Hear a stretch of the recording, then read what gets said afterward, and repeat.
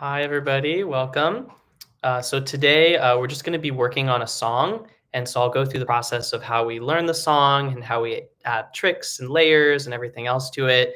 So again, feel free to ask questions as we go. I'm trying to do more of this because we focus a lot on technique and all of the elements that we use to put together a song. It's tricky because there are only so many public domain songs that are of really high quality, and Blue Skies happens to be one of them. So if this is a new song to you, this is a great place to start. Also, when it comes to like jazz music in general, it can be challenging just because jazz music in general is based off of improvisation. So there's going to be lots of variability. So it's really hard to kind of tackle down a single song and exactly what the melody is and how you can kind of add from there. It can just be disorienting. There's lots of different options for chords. Again, it's part of the jazz practice to have freedom of exploration. And there are rules that kind of tie it together. So hopefully this will help you just get some ground rules, get your toes wet if you're not used to singing jazz stuff, and how we can take what we know from practicing scales, a little bit of style work, and less with the technique side, although I'll talk about a little bit about what's really required for a lot of jazz music. And yeah, we'll just dive right in. So I'm going to start by giving some background, and then we'll talk about some scale work that you can do to kind of prepare yourself for learning this, and then we'll just dive into learning it. So Blue Skies is actually kind of an old tune. It's an Irving Berlin song, and it was composed in 1926. So that's actually kind of a while back, although it's been covered a lot because it's a really cool song. There's lots of options that you can do with it. It was covered by like Ella Fitzgerald. That's probably one of the most sort of iconic versions that we know. There's also Bing Crosby. There's a country Willie Nelson version. You name it. So look up, there's a number of artists who've covered this song. This is also a great tune to practice because it's pretty easy to memorize in terms of like the words and the melody. And then from there, you can really make it really cool and trick it out. So that's the goal for today. Yeah. So let's talk a little bit first. This song is, I would say, kind of a little back and forth between minor and major, and so it's good actually to learn both the relative major and the relative minor scale, and actually even a little bit of some other extra scales that we can add in, and we'll talk about that as we get into some more complexity of how we do jazz style in general, thinking about specific chords and how there's a scale based off of those chords, especially like the dominant chord. So we'll get into all of that. So the first thing that I would practice is think of this in general as kind of the context of E. I'm going to do it in the key of E minor. And then the relative major for that is G major. And so I'm going to go over those scales. I'm going to go over the regular kind of natural scale as well as the pentatonic version. And that's because, again, in jazz music, we have a lot of riffing, and we'll talk about how you can practice individual little licks and then learn how to add them in and make them more complex as you go. So we've got our E minor context. Now I'm going to sing this pretty straight at first, just so that we can get a hold over it. Again, like when we're swinging things in jazz, that can lead to also some confusion as to how you lock your melody notes. When people are adding different kinds of chords, it makes certain options not available.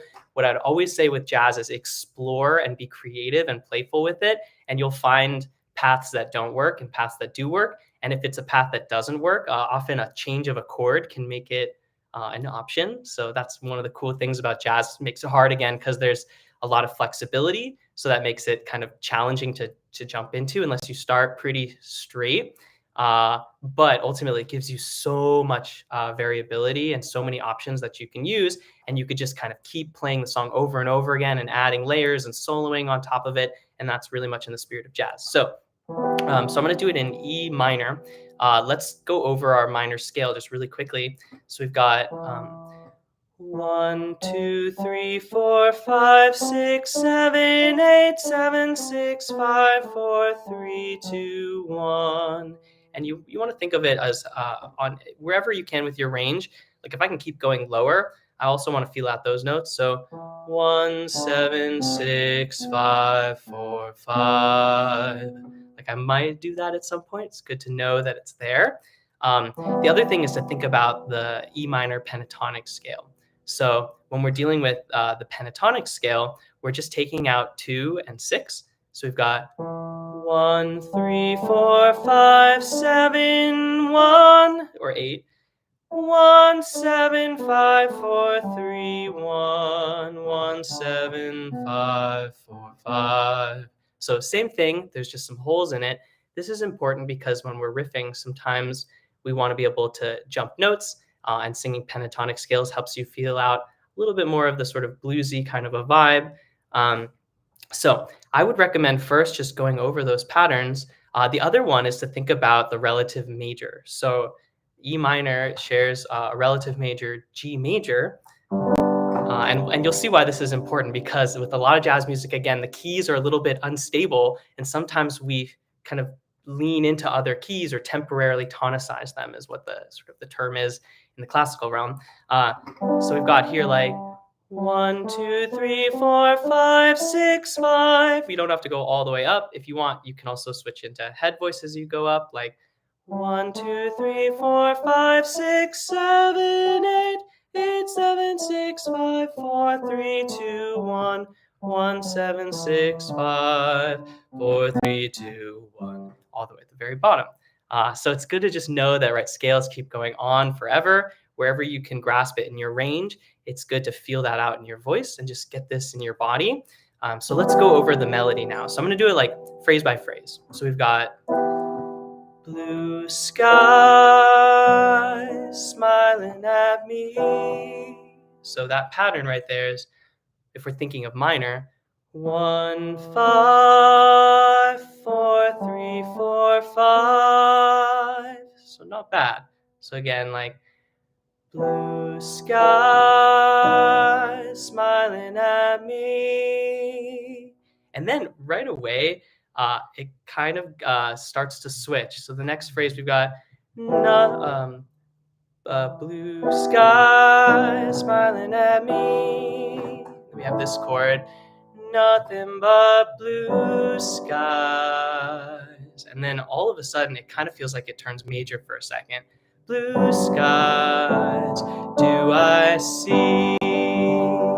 So this is kind of what's fun about this song. It feels like it's a very happy kind of chipper song, right? Like eventually it's like bluebirds and like, I'm in love and it's so joyful. But there's this undercurrent of it also being kind of minor and jumping in and out of minor and major, which kind of adds a layer of meaning to it, right? Like sometimes, when we're feeling like we're in love, everything's so amazing, but there's something maybe peering in the shadows or lurking in the shadows behind the corner, right? So that's why I think this is kind of cool. It kind of goes back and forth.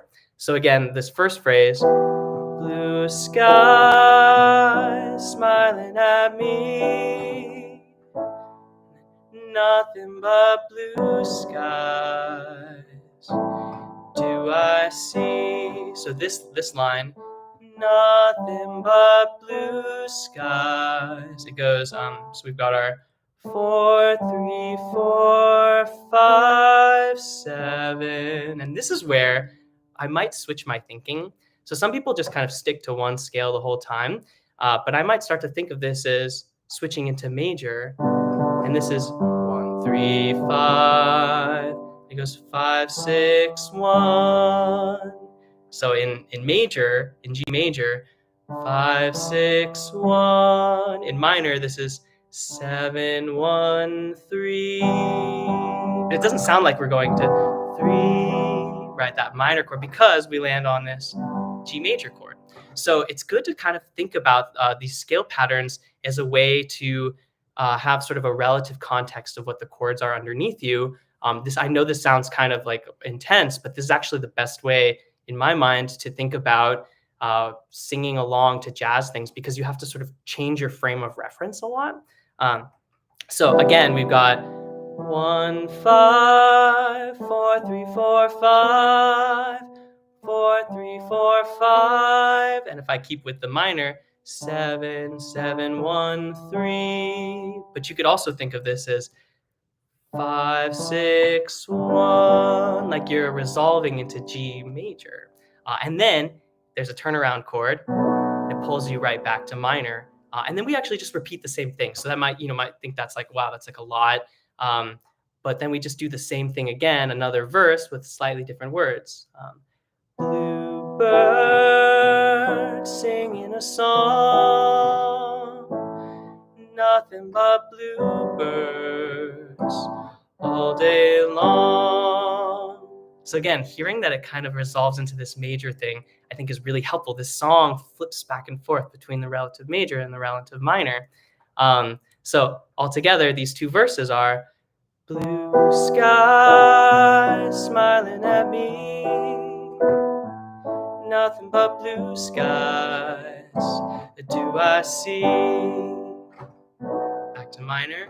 Bluebird singing a song, nothing but bluebirds all day long. And I started there to kind of swing it a little bit, right? And that has to do a little bit with how the chords are played, and how your vocal line works. You don't want to just kind of sing it straight on the beat, but let the chord happen, sing, maybe bring in the chord a little bit early, and sort of have this dance back and forth. You could really get into the technicality of swinging, but the best answer for this is to try singing along to things that are swung, get that feeling and intuitive sense of not just being like 1, 2, 3, 4, 1, 2, 3, 4, blue skies smiling at me. And be playful with it, right? So that's kind of this first part of it. Just a note on the technique for jazz music in general. I like to think of using a lot of agility. So staying light with the voice actually, and then eventually you can kind of belt into things, but the sort of underlying current is to use agility and accuracy. That's why we talked about scale degrees. I didn't really go into like training the voice for agility, but the thing here is don't be too heavy with your voice. You want to be really flexible. And then you'll notice that when I'm singing the jazz style, I'll kind of generally be straight tone. And then at the ends of phrases, I'll add a little bit of that kind of dovetail, vibrato, or a little wiggle. And that's just nice to give some stylistic texture to it.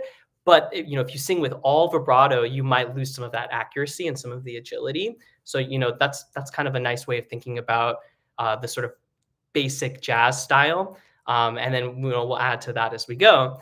But that's the first part of this. So I'll sing it again. We've got blue sky smiling at me, nothing but blue skies do I see. Bluebird singing a song, nothing but bluebirds all day long. So that's the first part. Now, the reason I might start to think about major is this next section really feels like it's major. We've got, it goes like this, like, never saw the sun. So right there, da da da da da. That's like you're in G major and you're going 1, 3, 5. Now, right away, it does this really cool thing. It plays a minor chord. And so if you're thinking in the context of G, you can think of this as your minor 4, or you could think of just a hint of just playing off of like 1, 2, 3, 4, 5, 6, 5, like a parallel minor with G major. You'll hear what it sounds like. It goes, never saw the sun shining so bright. That's what's so cool. Again, this song kind of just flips back and forth, and you have to sort of change your thinking. If you're like, I don't understand this music theory, think about it as just you're going no no no, like you're going up your regular like a major thing, and then no no no, you just have a half step that you lean into 1, 3, 5, 6, 5. So this part, never saw the sun shining so bright, never saw things going so right. So what we've got, again, if I'm thinking now like G major scale, I've got 1, 1, 3, 3, 5, this minor 6, 5, 4, 5, and then it kind of does a little sequencey thing. 4, 3, 2, 3, 2, 1, 7, 1. So all together. Never saw the sun shining so bright, never saw things going so right. And then it kind of repeats. Noticing the days hurrying by. There's lots of riffs that we can do. We'll get to them. I'm just singing this very straight. So, hurrying by when you're in love, my, how they fly. And then there's lots of things you can do here. It's a turnaround. So at this point, like that, I'm kind of singing it as simple as I can, but I'm going to probably add lots of little riffs at these moments where it changes.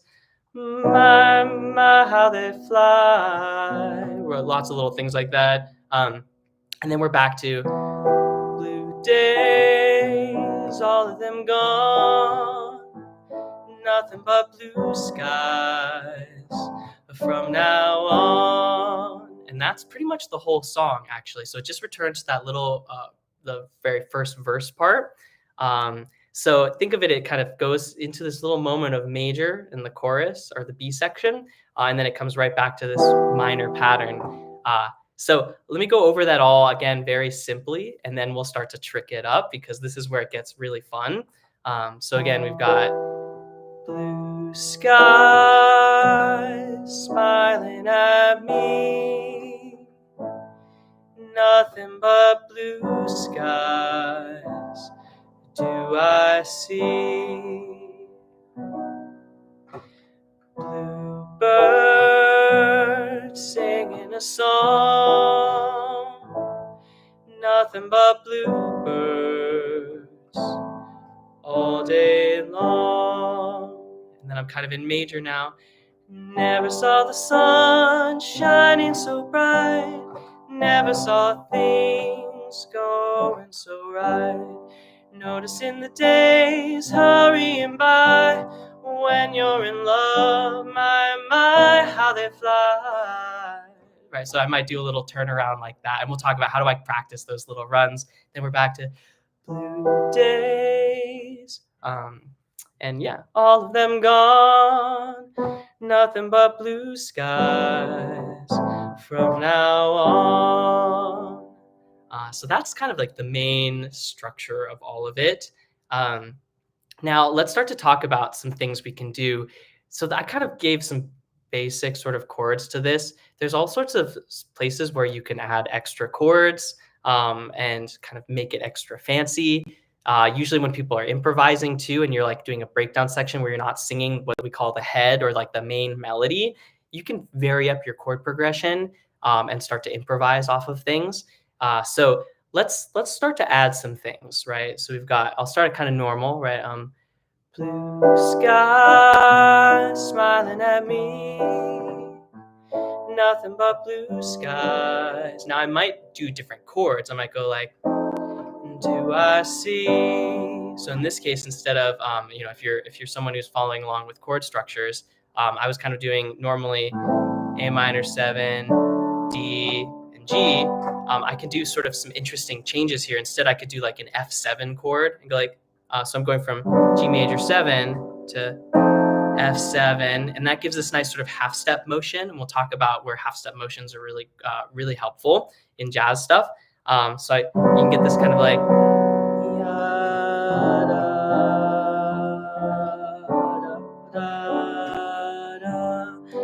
and so that can kind of start to play with things. That's going to change a little bit how you sing.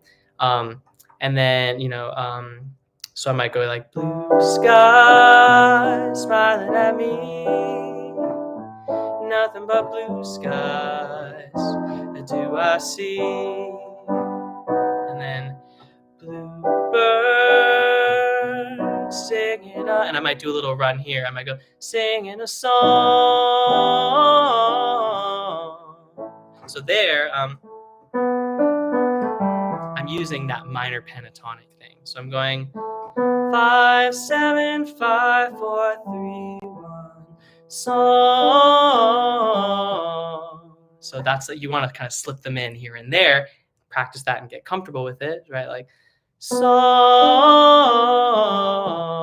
So we've got bluebird singing a song,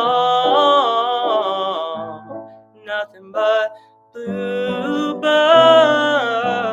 from now on. So I started adding in some extra chords there, so I can kind of elongate it and add this little bluebird. Also using that minor pentatonic, where you can kind of think of it like major at that point. So it's going like E, D, B, A, G, song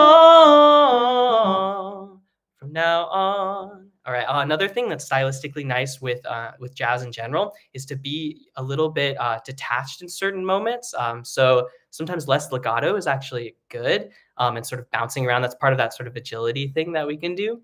So again, this is like some simple little additions that you can do for the first part. So it's going like blue sky smiling at me, nothing but blue skies do I see. Bluebird singing a song, nothing but bluebirds from now on. So there's that little spot where I was just kind of practicing adding in some things, changing some chords. And then we get these, you could kind of just keep going and repeating that, right?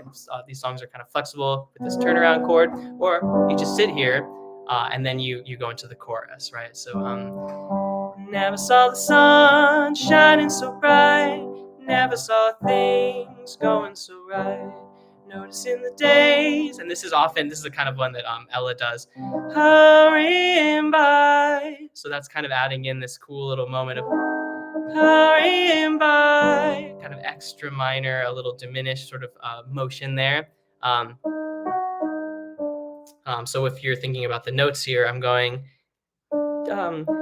E flat, G flat, E flat, D, hurrying by, hurrying by. So that makes a really cool moment there. There's lots of options that you can do there, but that's a nice little trick to make it more interesting. So again, never saw the sun shining so bright, never saw things going so right, noticing the days hurrying by, when you're in love, my, how they fly. So here's where it's really important actually to think about the chord that you're singing.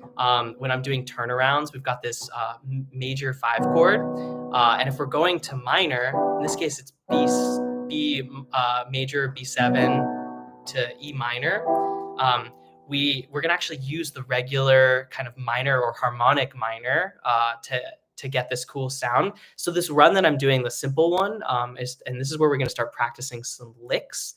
So it's figuring out your scales, especially in the turnaround chords. This is where it's gonna be really easy to do this. There's a little bit more space before we go back into singing words and the sort of the main melody. So what we've got is, so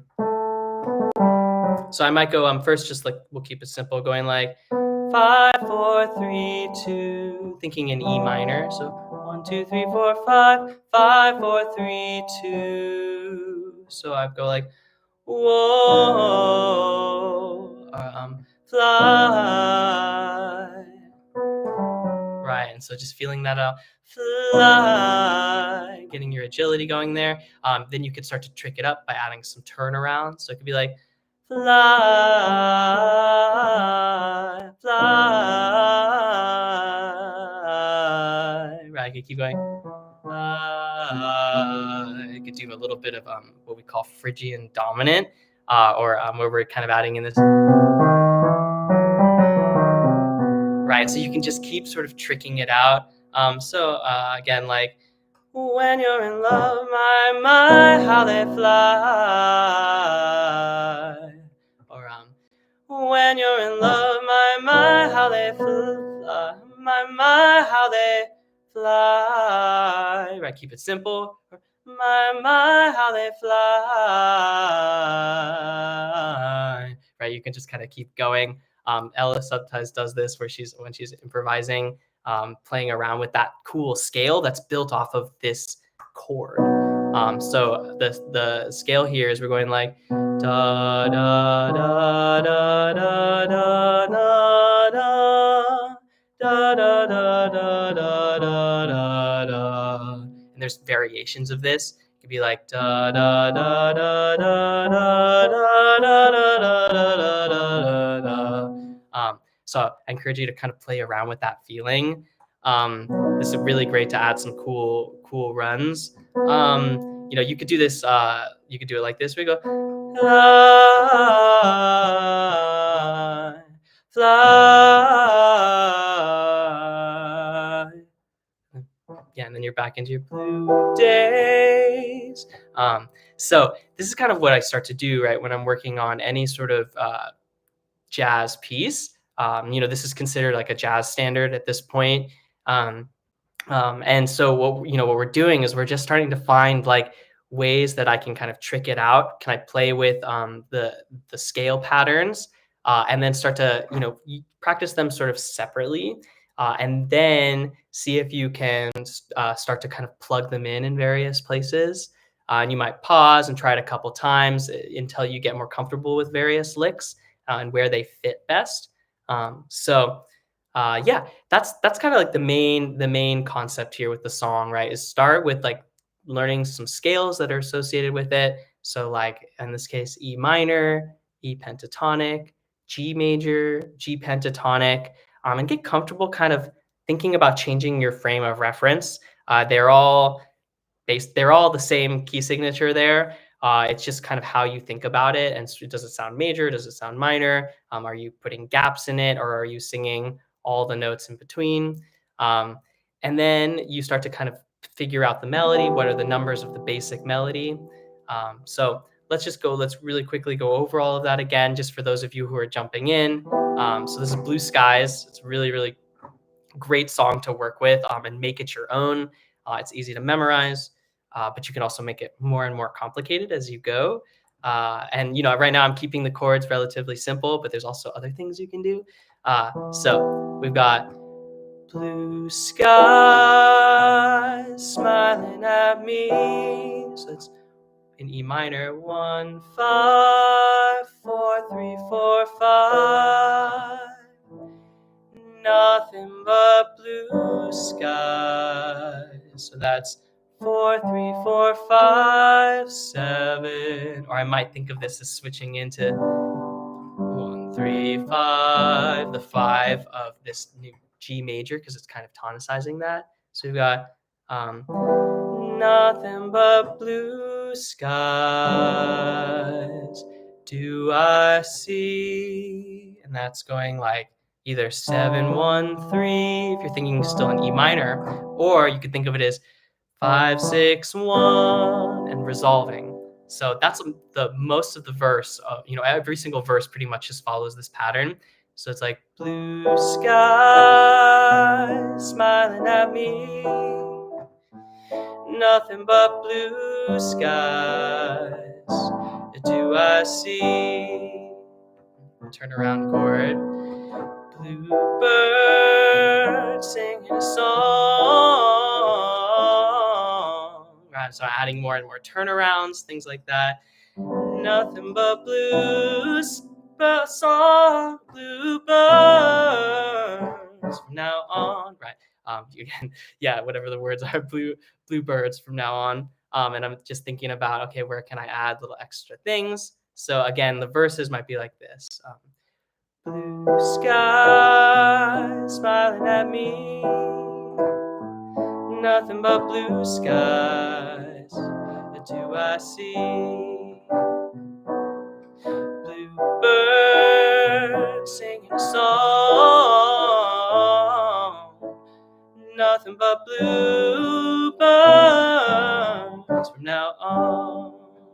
And then we get into part B. Never saw the sun shining so bright, never saw things going so right. So this you really want to think of pretty much in major. If I still kind of carried the scale degrees for minor and I was thinking it that way, it might just kind of seem weird, right? If I'm thinking 3, if I was like 3 5 7, and then this note, which is would feel weird in this context, I'd be like 7 major 7, right? Doesn't quite make sense at a certain point. So if you're like following a melody, and you're trying a certain scale degree and it just starts to kind of feel like sort of jargon or not make sense, that's when you're going to want to switch your context. So again, it's much easier to think of this now. This B section is going 1, 3, 5. And then there's this minor 6, 5, 4, 5. So never saw the sun shining so bright. Never saw things going so right. So 4, 3, 2, 3, 2, 1, 7, 1. Right. So you can hear that, right? It's kind of leading to G to 1, and then it kind of repeats, right? Noticing the days hurrying by when you're in love, and then a turnaround chord. My, how they fly. Blue days, all of them gone. And you see what I mean? So I can start kind of doing cool things like that time. Like, with jazz, it's often also what you're doing with your accompaniment. In this case, I started making like a chromatic line. And then, you can start to kind of alter your chords and mess with them. And that can be a really fun thing to do too. That's like if you're looking up chords for this song, you might notice there's going to be all these different versions with different chord possibilities. And that's because it's a jazz tune. So like this kind of walking bass,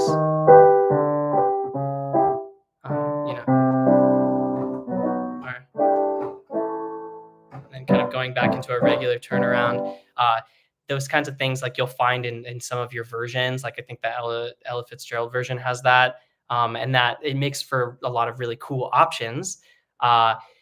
This leads me to another thing, which is we've got our basic scales, but one thing that's really helpful in jazz music is to think about chromaticism, thinking about finding all these little half steps and how they may work down to another chord progression. So you always have to think about sort of where you're going.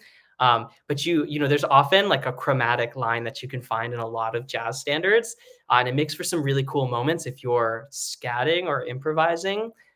So this is like after you've sung the melody, people might start to play around with the chords and play the sections. And then you as a singer are expected to sort of just freestyle improvise and use random syllables. I think often the syllables kind of imitate other instruments, like the trumpet, things like that. So you might go like, like bue da di da, ve do ba do de, like just things like that.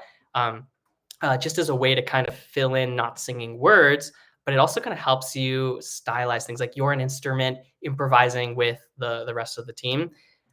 So there's some cool half step lines. Like here's one that I found in this song. It's also just based off of like the versions that, we hear with any jazz stuff, like listen to other people sing, try to imitate their licks and lines. That's how a lot of jazz musicians work, is by imitating famous lines, figuring out what they are. So if you think about here at the E minor, na, na, na, na, na, na. We've got all the way from 1 to 5. We can sing all those half steps. Da, da, da, da, da, da. And that actually works with a lot of chord progressions. So if I like the one I did originally, where I'm going da, da, da. It's the 7th there, that chord. Da, da. Now, just singing them chromatic like that without other things doesn't really work. So what you want to think about often where you're kind of going to, like I might have a target note that I keep bopping back down to. So I might use this 5th as my sort of jumping note. So I might go ba, ba, ba, da, ba, ba, da, ba, ba, da. And that's like a very classic jazz line. So if I'm going ba, ba, da, da, ba, ba, ba, ba, da, da, da, da, da, ba, ba, right? Ba, da, right? And then I'm getting into it and I'm starting to feel how I can swap between these different feelings, right? I just played the 5 chord and then I started going back to that kind of sort of more Phrygian dominant kind of hybrids with our dominant chord. And so again, like you might you have to kind of do this by sort of listening and feeling out what you're hearing with the instruments. But if like an instrument or an instrumentalist is going through like this pattern, and then instead of going to like going on to the B section, they might be like signaling like, let's do it again one more time. And you hear this chord,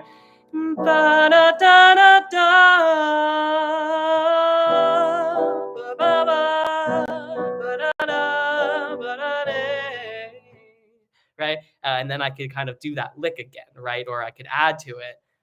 So that's, you notice again with my voice, I'm doing again more of that light agility, kind of light mixing. So sometimes a little bit forward,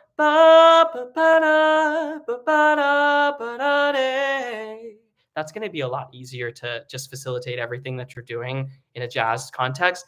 That way you can be really accurate about your half steps. Da, da, da, da, da, yeah, whatever it is, so you don't lose your place. And you often, like the trick here is, again, you often want to plan these things out, figure them out ahead of time like this. This is why I'm kind of showing this. If you're like trying to sing this song, you might go through this and really get a sense of like what the song is, how it's constructed, how you can kind of think about it from different contexts and different, what you can do when you hear different chords. And that way it's just in your muscle memory, because if you just try to like randomly improvise, let me tell you, you'll do all sorts of weird things. I mean, sometimes it works out, sometimes it doesn't, and sometimes you get completely lost. So it's actually really good to kind of think about these like in these sort of independent riffs first, and then let yourself kind of freeform, because your muscle memory will probably go to these particular kinds of feelings. So again, this is a really good chromatic line. So instead of just going ba ba ba ba, I'm going da da, going to that 5, and then coming back, and then that gives me a little more of a rhythmic structure. So I'm like, ba ba da da ba da da ba da da. Yeah, so that's a really good one. Now here comes to another thing. Like you might be like, okay, I've done all of these options. I've played around with them. What else can I do? I find, especially as a sort of a tenor, or actually, honestly, anybody, if you're comfortable with your head voice, I find that that's a really great place to add in more scatting, sort of riffing, because it gives you a different timbre. It's like all of a sudden you're playing a trumpet. And so it's a really nice way to sort of separate out sometimes like what you're doing, like as an improvisation that's leading to the melodic line, to the head of the piece with the words, versus something that sounds more instrumental, and it really pops out of the texture. So you might be like,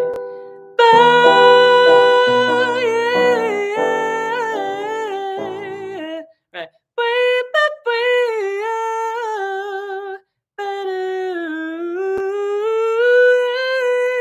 right. That's going to be a really, really helpful tool.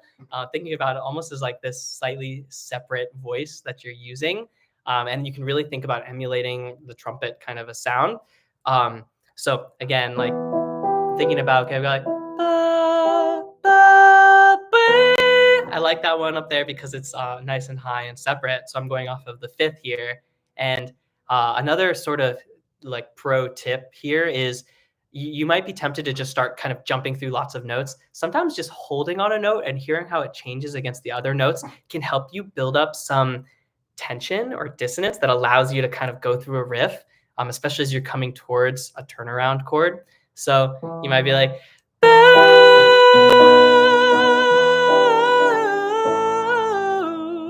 or whatever it is. Like maybe I'm doing this cool walk down thing with the accompaniment and being like,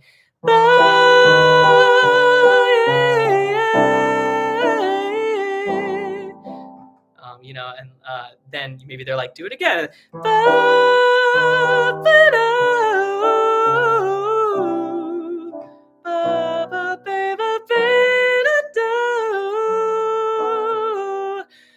Blue skies in a song. You might jump up there and sing it like that. Again, the context of jazz music is to be creative and playful. Practice with people ahead of time and kind of be like, ooh, I really like it like that. And that way the instrumentalists have a sense of where you're going with your voice, although a very good jazzerciser is going to follow what you do. but it's nice to kind of practice that out and get a sense of the general lay of the land, make notes on their lead sheets, and then you're gonna have a really cool song happening. And then then you sit out sometimes and you listen to other instrumentalists kind of doing something, right, where they're like,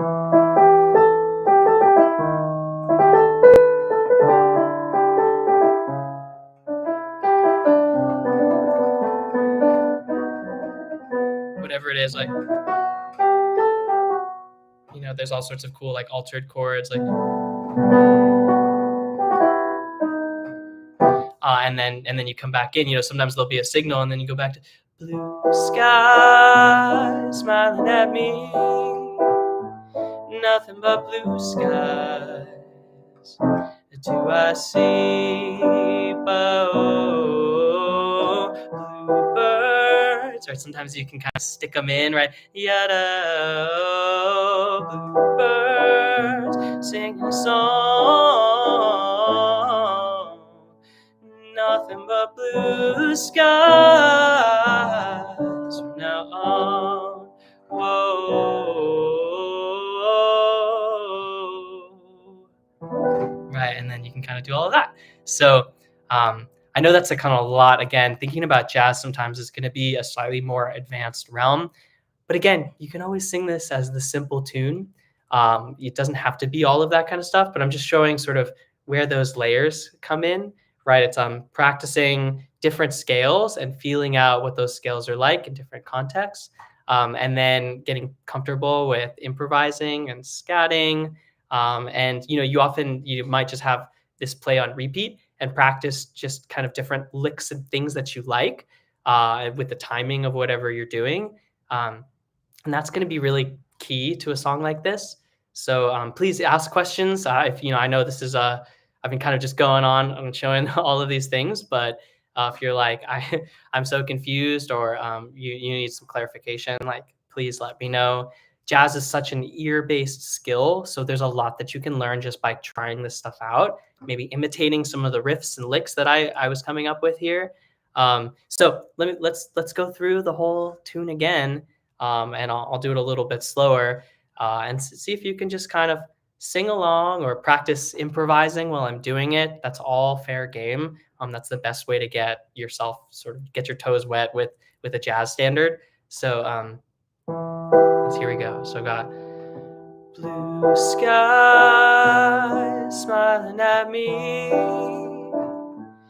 nothing but blue skies do I see, blue birds singing a song,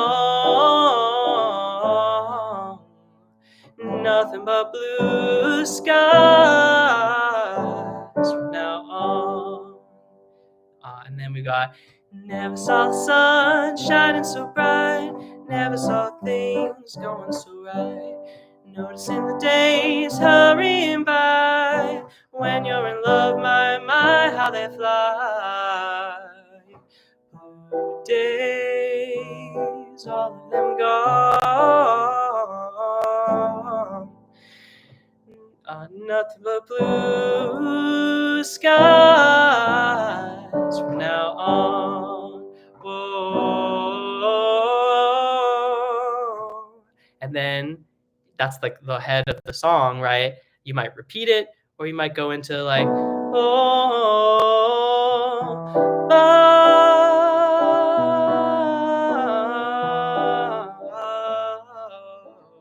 and kind of start doing your sort of runs.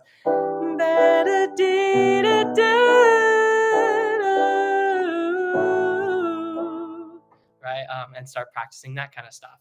So that's really the kind of the game. Again, you sing the head, and then people start trading improvisation around. You might jump into sort of high head voice stuff, or try one of these licks like da ba da da ba da da ba da da. So again, like that's what you're going to want to practice, is kind of how do you string these pieces together. How do you work with with a like a jazz trio or quartet, and how do you figure out like trading it back and forth and kind of jumping back in different contexts, and then usually at the end people will come back to the head and do it from there like that. So okay, good. I've got some questions. I love that. Yeah. No, yeah. So, with clean notes, sometimes with the rasp or grit, like sometimes it can be a vocal fatigue thing. So you want to be careful about that. But often it's usually because there's some pinching back here, like vocal fry, or it's actually collapsing down. Like this is how like a lot of rock musicians will create that kind of grit sort of sound, particularly for that style. And it's usually again the false vocal fold space, and it's collapsing down and creating a little bit of distortion against the vocal folds, a little bit of pinching. So if that's the case, you're going to want to do some stuff that's relaxing this back throat area and trying to find more resonance. So it's not just whispering. Like whispering often will, when you think of like whispering as a technique, it often causes some squeezing. Like if I'm like, hey, how's it going? That's actually a squeeze. So instead of that, when I'm thinking about like a light technique, I'm thinking about more head voice influence, like "Ee, ya, da, da, da, da, da, da, ba, ba, ba." That takes practice, being able to do your light mix. But the main thing that I would focus on is when anyone who has that in their tone, and I'm trying to help them clean up the sound and get that clear sound, is actually thinking about finding resonance. So you want to do like glides, like ya and wah, and practice it where your tongue isn't like pulling back and your jaw isn't super tight or coming forward. Either of these directions will cause a backup of tension, and you're just trying to find that resonance. So going like ya ya ya ya ya wa wa wa ya. A lot of the times, tongue tension is a big reason we're kind of squeezing or collapsing. Sometimes it's those inner pharynx muscles. And so what you're trying to do is keep this loose, your jaw, and just be able to move your tongue up and down like ya ya ya ya ya wa, wa, wa, and then move your lips and keep your tongue a little bit more still. You could also practice doing like humming style exercises, trying to keep this internal space. So being like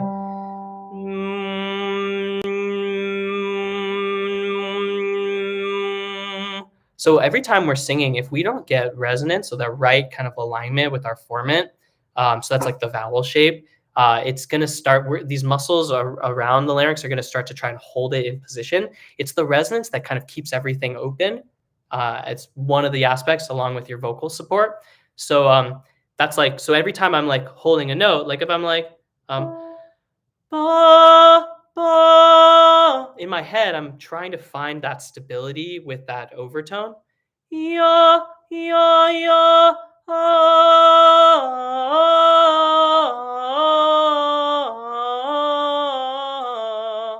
It's when I can line up with those overtones.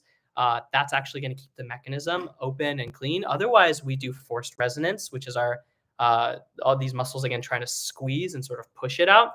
That's going to often cause the grit. It does take a little bit of time to train your muscle memory, so you have to be patient with it. It's where I do like, sometimes people make fun of this, but like it's part of a practice to do some repetition here, and it's more about the physicality of it.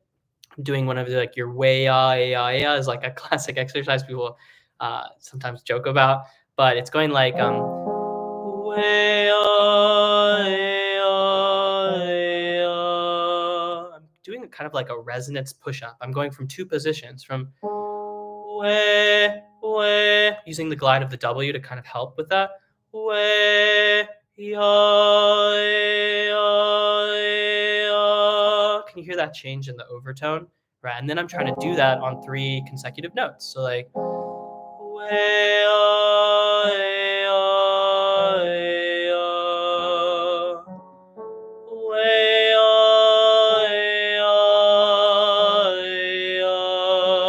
if you don't have resonance in your tone, when you try to add power, these muscles are going to squeeze. But when you have resonance in your tone and you add breath support, it just starts to amplify that resonance. And then you get this big sound without a lot of weight or sort of muscling. So oftentimes when people are doing like belting, the problem is if you're not used to keeping this back area more relaxed, you're going to squeeze and press forward. we want a little bit of that megaphone sound, but we want to be careful that it doesn't pinch in the back. So if I'm like ba ba ba na ba ba ba wah, right, that's this feeling of it's a little bit like riding the board, like kind of riding it forward, and that's why it's tricky. That's why I don't like to lead with belting right away for people. It's actually something that you want to do as a more advanced technique once you have control over the mechanism, and then that gives you a lot of options. So the answer there is do check out some of the some of our content on singing with a smooth tone, resonance, register blending. All of those things are going to help you get rid of some of the rasp or grit. Also, just tension release in general as a practice. I know Camille has a really great one on that. I mean, both of us do, but you know, if you're trying to follow a female vocalist, that's what I'd recommend. And figure out what the culprit is. Like, is it your tongue pushing back and squeezing? You can feel sometimes under here if it's like holding, sort of anchoring, and we want it to be more flexible. That's again why I do these like ya ya wa ya wee. I'm trying to get this mechanism light and flexible, using it to sort of toggle different positions without it trying to bear down and create the pressure. That's all should be from your lower abdominal muscles. So this actually kind of is a nice segue into when you're singing your jazz style. Like your default might be this, like, might even be a little gritty, a little raspy. Yeah, it is like a battle between space and control. And so think of it, another way of thinking about it is like breath pressure underneath your vocal folds kind of pushes the air and creates the mech, or not, doesn't push the air, but it pushes the vocal folds to start flapping through resistance of air. That's why we have to be careful about how we say things. Through resistance of air, that feeling of like building up pressure, that gets the vocal folds to flap. And then we want resonance to kind of continue that. But if we just only push, like I use this like swing analogy, it's like you're pushing someone on a swing the entire time.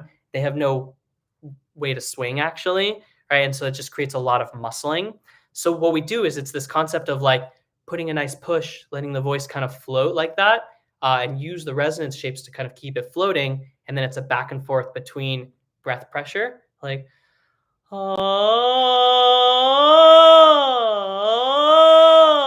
right, coming on the breath pressure, using resonance to kind of create some buoyancy, and then floating. So a lot of times when we do riffs and runs, like if I'm like, yeah,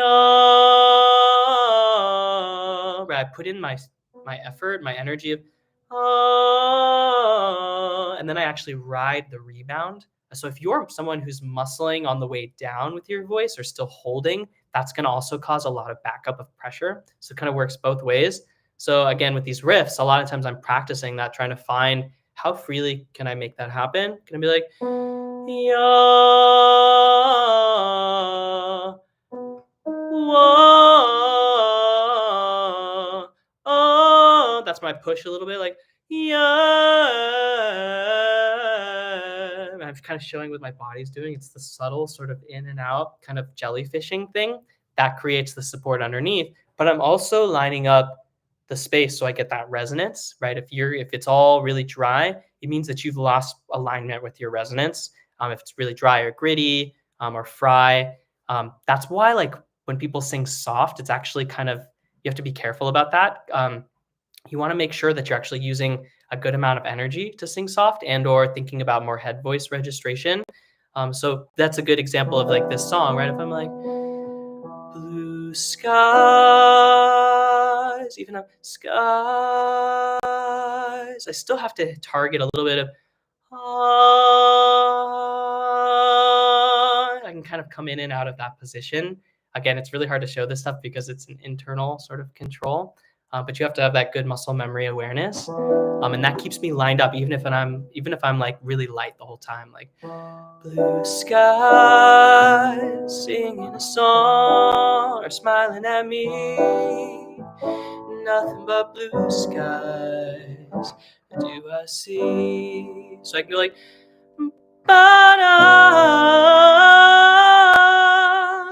and come in and out of these kinds of things.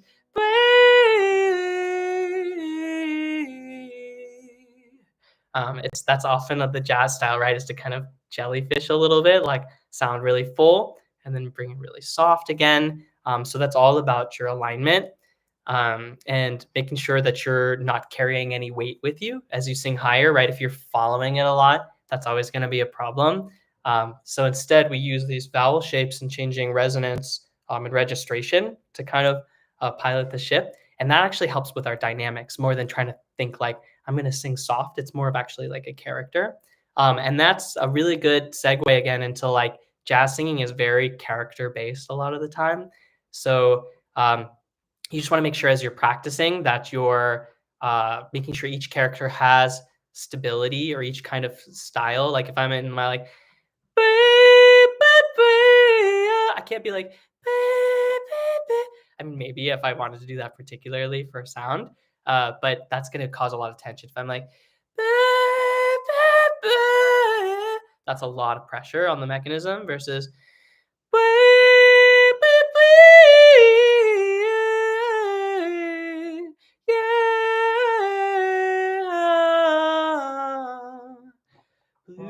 and then coming back into my blue skies or blue skies. If you're up in that range again, blue skies, singing a song, nothing but blue skies from now on. If that's where your range naturally sits, you might need to find a lower key for the song in particular. This is just kind of a key I picked again for more of a tenory range where I can get kind of a little bit of the low, a little bit of the high, and comfortably sit in my head voice when I want to, up the octave.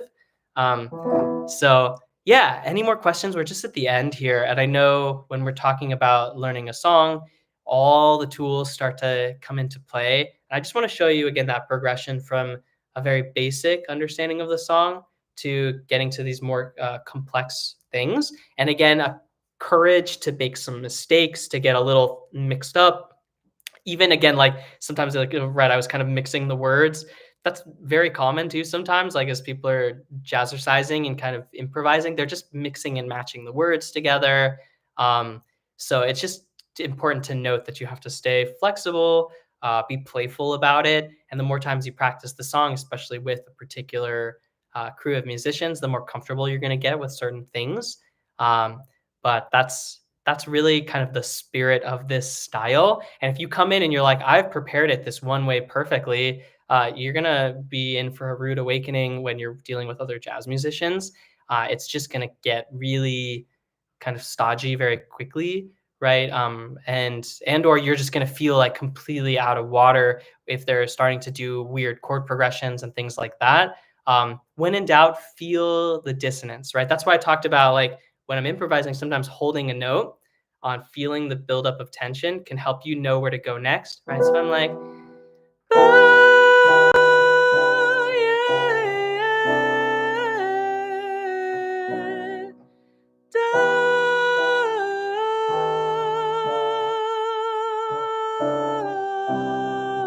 whatever it is, I'm like feeling okay, what is that like?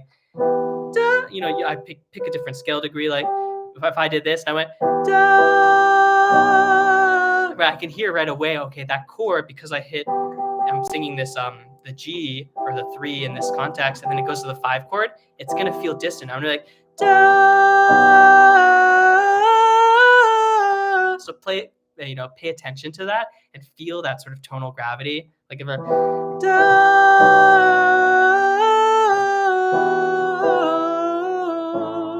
right, and then it's like, ooh, I found my way out of it. So right, there's always this like funny sort of maxim with jazz in general, like there's no wrong notes, it's just what you do after it, right? What you do in response to what you hear and feel with the other chords. So that's kind of just like a funny way of thinking about it. It's a really great style to practice for freeing up your voice though, actually, because it allows you to be a little less prescribed, right? If you're someone who's like a classical musician who's used to like, I will freak out if I don't know what notes to sing and I've prepared just these perfect notes and they're perfectly resonant, then you're kind of missing the point of this style. And actually, this style can help you be more flexible about even your classical singing, and start to interpret songs as just a particular melody within a pattern. And so once you know the overarching pattern, it frees you up because you have all these other options. Even if you mess up, you can create some sort of thing where you sing within the chord or resolve it appropriately. And that just makes you a lot less of an uptight musician who's constantly worrying about everyone judging them. Even here, as I'm sort of working through some things, like a couple of things didn't I don't quite lock up, but again, I'm just trying to show this process. And then as you really polish something down, then that's what you have as your ready presentation. So again, this song can be as simple as just blue skies smiling at me, nothing but blue skies do I see, bluebirds singing a song, nothing but bluebirds all day long. Never saw the sun shining so bright, never saw things going so right. Noticing the days hurrying by, when you're in love, my, how they fly. Blue days, all of them gone, nothing but blue skies from now on. And that could be the whole song, right? And you could just do it like that, or you could start to trick it up more and more and take more risks, play around with the scales. And then I think you're actually really in the spirit of the song. And so again, go listen to people's covers of this. If you're like, I don't know how to create licks, memorize them, like listen to people doing them, get them in your voice. And then you're more likely to start doing these things. And then the cool thing is the more songs that you do, you realize that music is all very repetitive.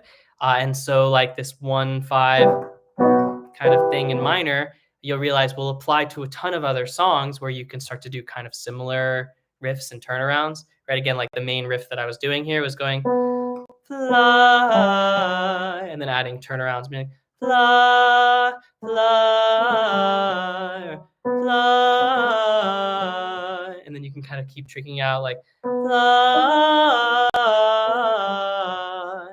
right? And then it just gets more and more comfortable.